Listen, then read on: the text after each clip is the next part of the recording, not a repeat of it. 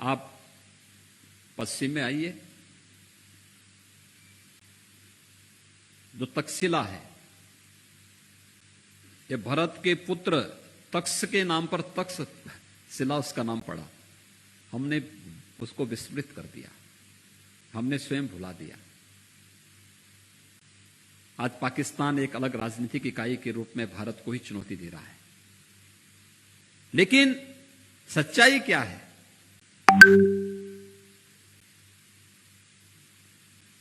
सच्चाई का पक्ष यह है कि वह 1947 के पहले भारत का हिस्सा था और राम, मर्यादा पुरुषोत्तम भगवान श्री राम ने अपने समय में ही अपने भाई के पुत्र को वहां का शासक बना करके भारत की सीमाओं को जो विस्तार दिया था। रामायण और महाभारत की कहानियां हमें बहुत कुछ कहती हैं, बहुत कुछ सिखाती हैं। भारत की उत्तर से दक्षिण और भारत की पूरब से पश्चिम तक की विस्तार को किस रूप में हमारे सामने प्रस्तुत करती है, ये तो बृहत्तर भारत का एक दृश्य हम सबके सामने आज भी हमारे धार्मिक ग्रंथों के माध्यम से हमको देखने समझने को मिलता है। लेकिन हम लोगों ने तो ये मानसिकता का प्रश्न, ये केवल हमारी मानसिकता का भाव है कि बहुत सारे लोगों ने तो राम के अस्तित्व पर अयोध्या में ही प्रश्न लगाने का प्रयास किया था। उस समय भी जब श्री राम जन्मभूमि के लिए आंदोलन चल रहा था, भारत के बहुत सारे ऐसे इतिहासकार थे जो लोग उस समय प्रश्न खड़ा करने का प्रयास कर रहे थे। और बहुत सारे लोगों ने तो यह तक कह दिया कि अयोध्या वो नहीं जिसमें अयोध्या में जहां राम पैदा हुए थे। अयोध्या में भी उन्होंने संदेह व्यक्त करने का प्रयास किया था। ये जो मानसिकता है, यही विकृत मानसिकता भारत को अपने गौरव से सदैव वंचित करती रही है। एक नया प्रयास प्रारंभ हुआ है और मैं धन्यवाद दूंगा अयोध्या शोध संस्थान को, जब इन्होंने 2 वर्ष पूर्व मेरे सामने प्रस्ताव रखा और उन्होंने इस बारे में कहा कि भारत सरकार के अपर सचिव श्री अखिलेश मिश्र जी इस पर रुचि ले रहे हैं। मैंने कहा तो और भी अच्छी बात है। उत्तर प्रदेश के लिए तो गौरव की बात है। भारत की सनातन हिंदू धर्म की परंपरा में जिन 7 पवित्र नगरियों को हम 7 पुरियों के रूप में मानते हैं, उनमें से 3 तो उत्तर प्रदेश के अंदर ही हैं। अयोध्या है, मथुरा है, काशी।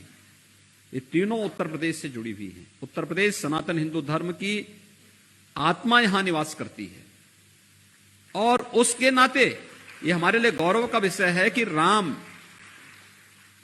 मर्यादा पुरुषोत्तम भगवान श्री राम से जुड़े हुए किसी ऐसे विश्व कोश के कार्यक्रम को बढ़ाने के लिए किसी कार्यशाला का आयोजन हो और उस कार्यशाला के माध्यम से हम उसकी एक रूपरेखा तैयार करके फिर इस कार्यक्रम को आगे बढ़ा लें। आज के दिन पर ये बहुत आसान है, बहुत सहज भी है, सरल भी है। टेक्नोलॉजी इतनी इंप्रूव कर चुकी है कि हम एक जगह बैठ करके इस कार्यक्रम को बहुत अच्छे ढंग से आगे बढ़ा सकते हैं। लेकिन उस प्रकार के लोगों को चिन्हित करना,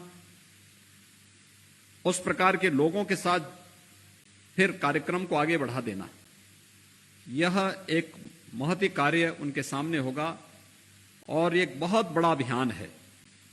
यह अभियान न केवल मर्यादा पुरुषोत्तम भगवान श्री राम के बारे में बहुत सारी जानकारियों को देगा। हम लोगों ने तो, जब मैंने अयोध्या शोध संस्थान को इस बात की जिम्मेदारी दी थी, दीपोत्सव के बाद कि प्रयास होना चाहिए कि किसी न किसी देश की रामलीला बाहर के, यानी भारत की तो रामलीलाएं आएंगी ही आएंगी, लेकिन दुनिया में भी रामलीला कहां कहां पर है और किस रूप में वे रामलीलाओं का आयोजन करते हैं। तो रामलीलाओं के उन कार्यक्रमों का मंचन अयोध्या में हो। और मुझे प्रसन्नता इस बात की है कि विगत 4 वर्ष के दौरान तमाम देशों की रामलीलाएं अयोध्या आई और अयोध्या में उन्होंने अपना मंचन दिया। उनमें से बहुत सारे लोगों को मैं, जब भी अयोध्या का कार्यक्रम होता था, या तो अयोध्या में रहता था, अयोध्या नहीं जा पाता था, तो मैं उनको मुख्यमंत्री कार्यालय में, मुख्यमंत्री आवास में बुलाता था, उनका सम्मान भी करवाता था कि उन्होंने भारत के बारे में बहुत जानकारी हो या ना हो, लेकिन राम की संस्कृति के साथ जुड़ करके भारत की सनातन धर्म की परंपरा के साथ उनका श्रद्धा भाव आज भी उसी विश्वास के साथ जुड़ा हुआ है। मुझे याद है मैं एक बार कंबोडिया गया था। कंबोडिया में अंकोर वाट का मंदिर है। अंकोर वाट का जो मंदिर है ये कहते हैं कसौटी के पत्थरों से बना हुआ मंदिर है और दुनिया का सबसे बड़ा मंदिर है। कॉम्प्लेक्स ही अंकोर कॉम्प्लेक्स कहलाता है। केवल मंदिर मंदिर हैं सैकड़ों की संख्या में। तो जो मुख्य मंदिर है वो अंकोर वाट का, वह भगवान विष्णु का मंदिर है। अंकोर विष्णु को कहते हैं, वाट मंदिर को। तो कंबोडिया में जब अंकोर वाट के मंदिर में मैं गया तो मैंने देखा कि मंदिर के जो पत्थर हैं, कसौटी के पत्थर, उनमें चित्रों के माध्यम से पूरी रामायण को उकेरा गया था। रामायण के चित्रों को, महाभारत के चित्रों को उकारा गया था। पूरे मंदिर के क्षतिग्रस्त हुआ है मंदिर, लेकिन भगवान विष्णु की लगभग 12-15 फुट ऊंची प्रतिमा वहां अभी भी है। बहुत सारी चीजें वहां आती हैं। वहां के पर्यटन का मुख्य, वहां की आय का मुख्य जरिया तो पर्यटन है, और अंकोर वाट मंदिर और अंकोर कॉम्प्लेक्स वहां की आय का मुख्य जरिया बनता है। तो मैं एक जगह खड़े होकर के वह देखने लग गया। वह दृश्य था जब हनुमान जी लंका दहन करके अपनी पूंछ की आग बुझाने के लिए समुद्र की तरफ छलांग लगाते हैं। मैं वो दृश्य देख रहा था, तब तक मेरे सामने एक गाइड आया, वहीं का था। आप जानते होंगे गाइड बहुत पढ़े लिखे नहीं हो पाते हैं, लेकिन जो भी सामान्य जानकारी उनको होती है, तो वो मेरे सामने आया। तो उसने मुझसे कुछ जिज्ञासा की कि क्या मैं आपको कुछ बताऊं इसके बारे में। तो मुझे अच्छा लगा, तो मैंने उससे पूछा, मैंने कहा ये क्या है? उसने कहा एक गॉड मंकी है। तो मैंने कहा गॉड मंकी कौन है, कहां से हैं, क्या हैं? तो उन्होंने कहा ये वही लंका को जलाने के दृश्य को बताने लग गया मुझे। फिर तो मैंने कहा ये क्या कर रहे हैं अब?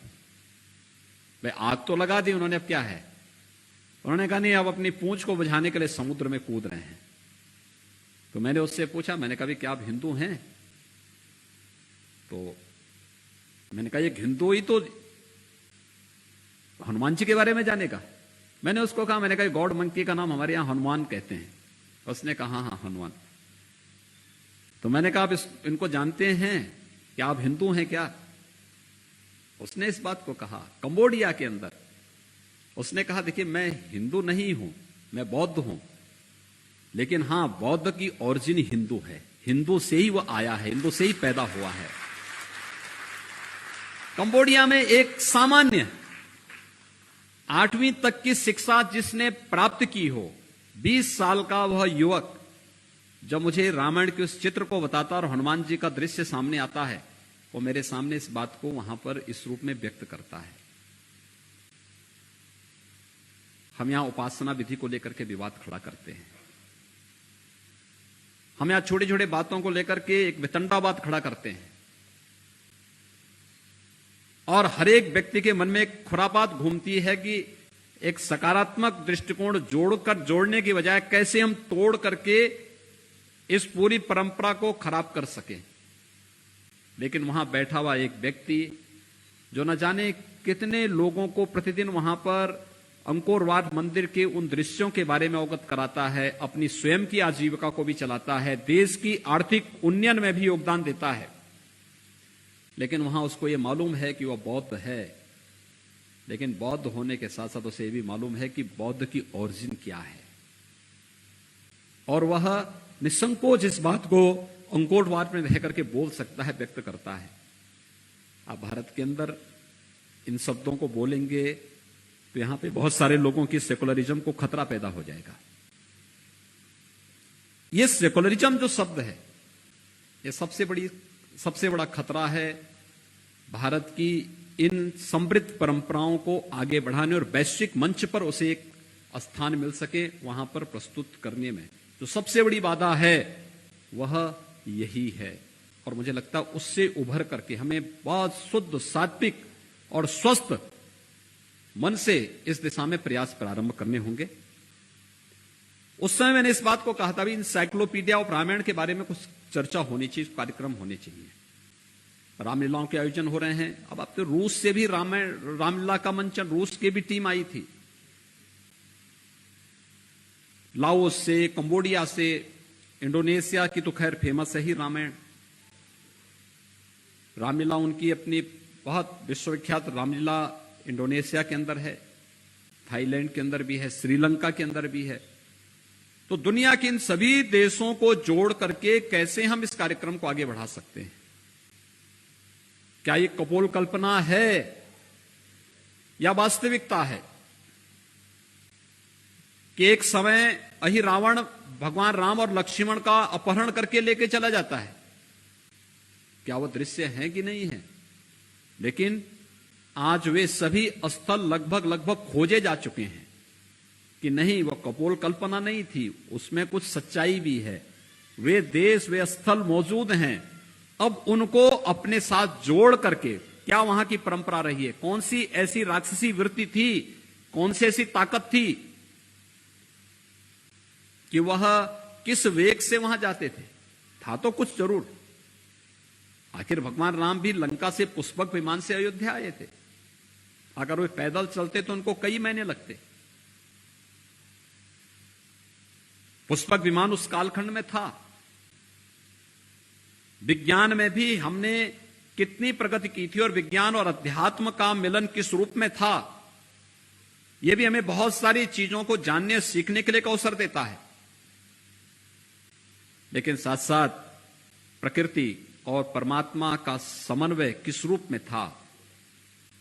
मर्यादा पुरुषोत्तम भगवान श्री राम भगवान विष्णु के साक्षात अवतार होने के बावजूद उन्होंने कभी भी एक सामान्य मानव के इतर अपने को कभी भी प्रकट करने का प्रयास नहीं किया, कभी नहीं किया। उन मानवीय मर्यादाओं के अंदर ही अपनी पूरी लीला को रचा। उन मर्यादाओं का पालन पग पग पर करते रहे और यही तो राम की महानता रही। इन सब के साथ अपने आप को जोड़ते हुए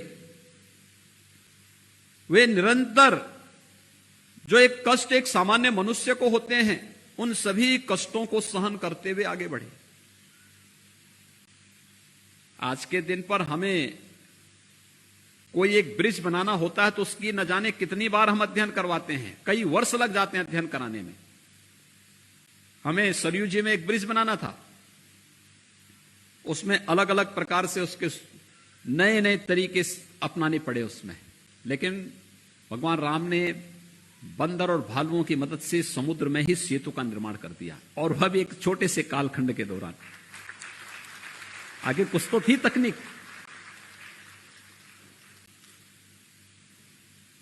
ये encyclopaedia of India, encyclopaedia of Ramayana हम सबको वहां ले जाने के लिए बाध्य करेगा।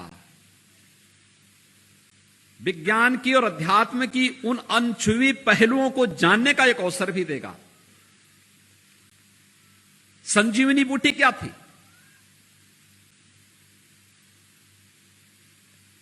लोगों के लिए कौतूहल और आश्चर्य का विषय होगा, लेकिन कुछ तो था ना। हनुमान जी में ऐसा क्या वेग है? आज के दिन पर हम एरोप्लेन को भी उड़ाएंगे, श्रीलंका जाने में उसको 4 घंटे लगेंगे।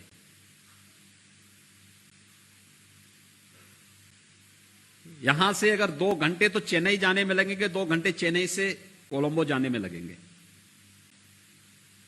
बीच में 2000 किलोमीटर का समुद्र पड़ जाता है। कम से कम 4 घंटे तो वहां जाने में लगेंगे। ऐसा क्या वेग था कि हम जब अब विज्ञान पर इतने गौरव की अनुभूति करते हैं, हमारा एरोप्लेन इतना समय वहां ले रहा है, लेकिन हनुमान जी किस वेग से जाते हैं। उत्तराखंड के सुदूर द्रोणागिरी पर्वत से संजीवनी बूटी को, उस पूरे पहाड़ को लेकर के फिर अयोध्या होते हुए उधर निकलते हैं। यहां पर जब भरत को लगता है कि नहीं, ये तो कोई लगता है दुश्मन है, वो अपने तीर से उनको नीचे गिराते हैं।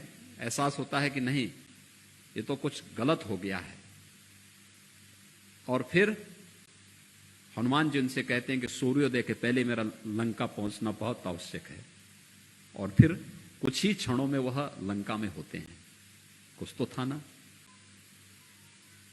अलग अलग क्षेत्रों में, अलग अलग भाषा में, अलग अलग लोक कथाओं में, लोक परंपराओं में, लोक साहित्य में ये सब कुछ आज भी मौजूद है।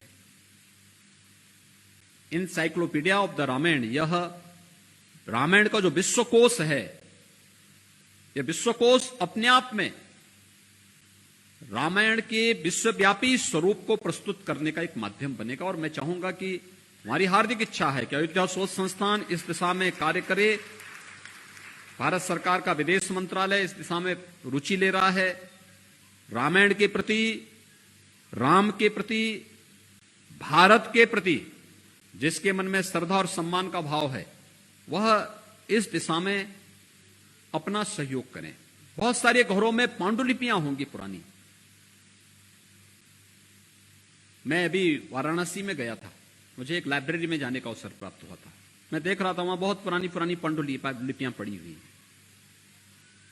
हमारा प्रयास होना चाहिए कि इन पांडुलिपियों को संरक्षित करने के साथ साथ इसको डिजिटल फॉर्म में लेके आ जाएं, जिससे आने वाली पीढ़ी के लिए, क्योंकि हर एक भौतिक वस्तु की अपनी एक सीमा होती है, अपनी एक आयु होती है। उसमें जब भी कोई रासायनिक परिवर्तन होगा तो उसको नष्ट होना है। हम उसको बहुत लंबे कालखंड तक संरक्षित नहीं रख सकते। उसके लिए उस प्रकार के हमें तरीके अपनाने पड़ेंगे। उसको डिजिटल फॉर्म में लाने का हमें प्रयास करना चाहिए। हर एक स्तर पर ऐसा प्रयास होना चाहिए और ये संग्रहित करने पड़ेंगे हर एक स्तर पर, राज्यों के स्तर पर, स्थानीय स्तर पर और विश्वव्यापी स्तर पर, वैश्विक मंच पर भी हमें इस बात को देखना होगा। अलग अलग देशों में, अलग अलग जगहों पर यह मान्यता है, भारत के अंदर भी सबसे ज्यादा नाम आपको राम या तो आगे या पीछे या मध्य में जरूर होगा। हर व्यक्ति के किसी न किसी रूप में राम के साथ तो उसका जो संबंध है। और दुनिया के अंदर भी अगर शहरों के नाम आप देखेंगे, किसी प्लेस का नाम आप देखेंगे, तो वह राम के साथ ज्यादा जुड़ते हैं। समय, हमने उसको समय के अनुरूप आगे बढ़ाने का प्रयास नहीं किया। हम यहां जैसे आज भी है वही मानसिकता, छोटे छोटे मुद्दों को लेकर जातीय स्वरूप के साथ जोड़ने का प्रयास करते हैं, उसको स्थानीय स्तर पर फिर अपने तरीके से उसको राजनीतिक हवा देते हैं। यह आज की समस्या नहीं है। पिछले 2-2.5 हजार वर्षों से इसी पचड़े में पड़ करके देश गुलाम हो गया था। हमने अपनी सभ्यता और संस्कृति को खो दिया, अपना वैभव नष्ट कर दिया, विदेशी ताकतें आकर के हमें गुलाम बना गई, लेकिन हमारे जातीय झगड़े आज तक समाप्त नहीं हो पाए। आज भी हम उससे उभर नहीं पाए और छोटे छोटे मुद्दों को लेकर के हम उसको इश्यू बनाते हैं। हम लोग, आज अवसर है हमारे पास, ये उन छोटे छोटे मुद्दों को अवसर बनाने की बजाय हम उस विराटता में अपने आप को शामिल करें जो हमें एक नई पहचान दे सकें। वैश्विक मंच पर भारत के लिए सबसे अनुकूल अवसर वर्तमान में है। प्रधानमंत्री मोदी जी के कारण आज वैश्विक मंच पर भारत की प्रतिष्ठा बढ़ी है। हजारों वर्षों से कुंभ के आयोजन हो रहे हैं। कुंभ के आयोजन को कैसे प्रस्तुत किया गया था? कुंभ का मतलब यह माना गया जहां गंदगी होगी, भगदड़ होगी, साधु संत आपस में लड़ेंगे, भिड़ेंगे, भगदड़, गंदगी, अव्यवस्था, अराजकता, और फिर भारत की पूज्य संतों की परंपरा को एक विकृत रूप में प्रस्तुत करने का एक माध्यम कुंभ बन गया था। कुंभ 2019 में भी उत्तर प्रदेश में हुआ था और प्रधानमंत्री जी ने मुझे एक ही बात कहा, उन्होंने कहा योगी जी जैसे भी हो, भारत के संतों की परंपरा भारत की संस्कृति का प्रतीक है, उसका प्रतिनिधित्व करती है। अगर उनका कोई गलत चित्रण होता है, गलत तरीके से उसे प्रस्तुत किया जाता है, तो ये भारत के बारे में दुनिया की धारणा को नकारात्मकता की ओर ले जाती है। हमारे किसी आयोजन को गंदगी के रूप में, अव्यवस्था के रूप में, अराजकता के रूप में प्रस्तुत किया जाता है तो ये भारत की छवि को वैश्विक मंच पर खराब करने की एक साजिश होती है।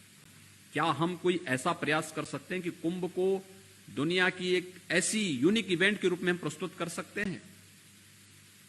इसके लिए आप बैठिए और आप आश्चर्य करेंगे, मैं सबके साथ बैठा था, प्रदेश में भी, अलग अलग संगठनों के साथ भी, भारत सरकार के विदेश मंत्रालय के साथ भी, भारत सरकार के अलग अलग मंत्रालयों के साथ भी मैंने बैठक की थी।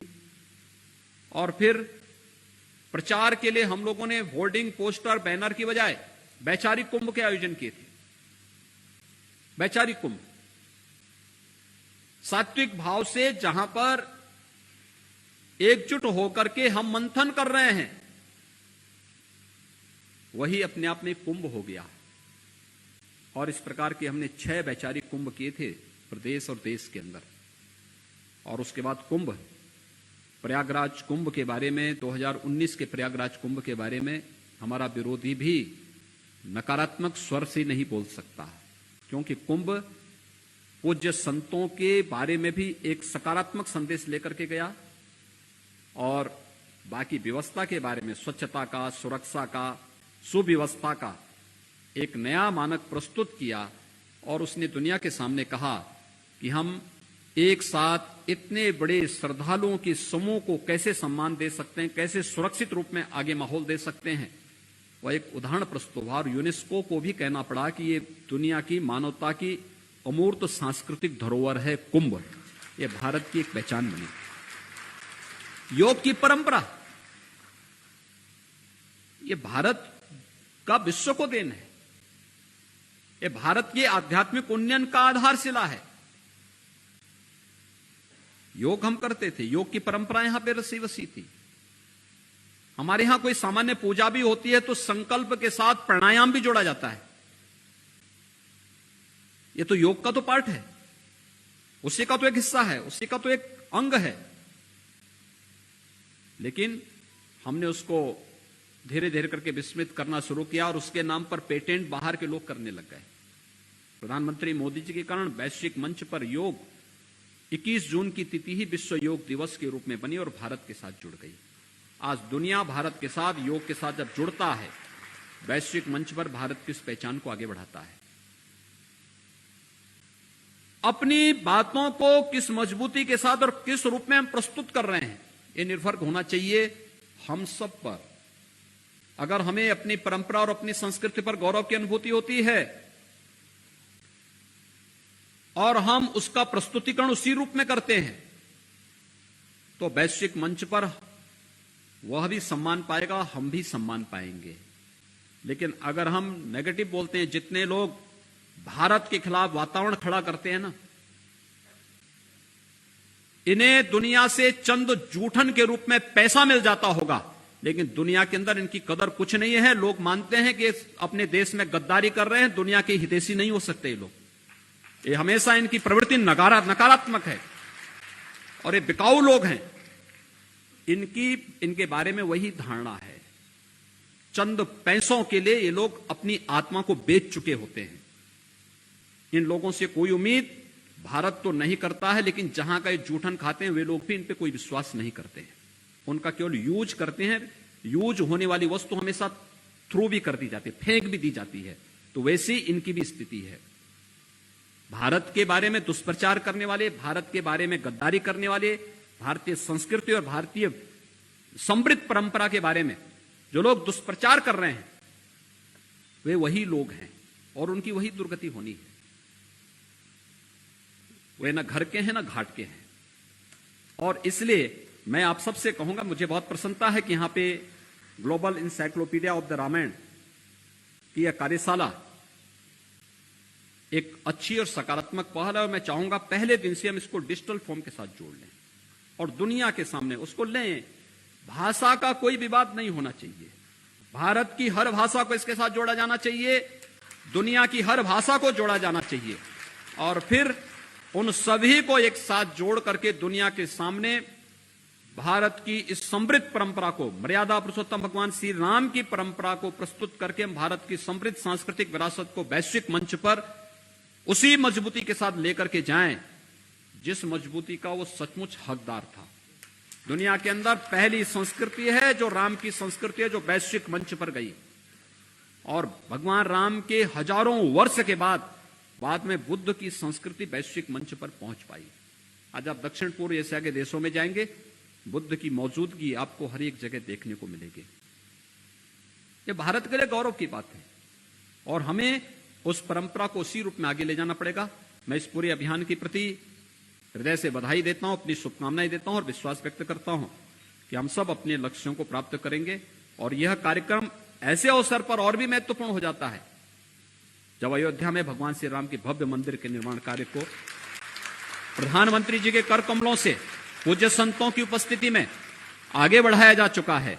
उन स्थितियों में इनसाइक्लोपीडिया ऑफ द रामायण एक भारत की परंपरा, भारत की संस्कृति और मर्यादा पुरुषोत्तम भगवान श्री राम की मर्यादा को वैश्विक मंच पर स्थापित करने के लिए मील का पत्थर साबित होगा। आप सबके प्रति मेरी शुभकामनाएं। धन्यवाद। जय हिंद।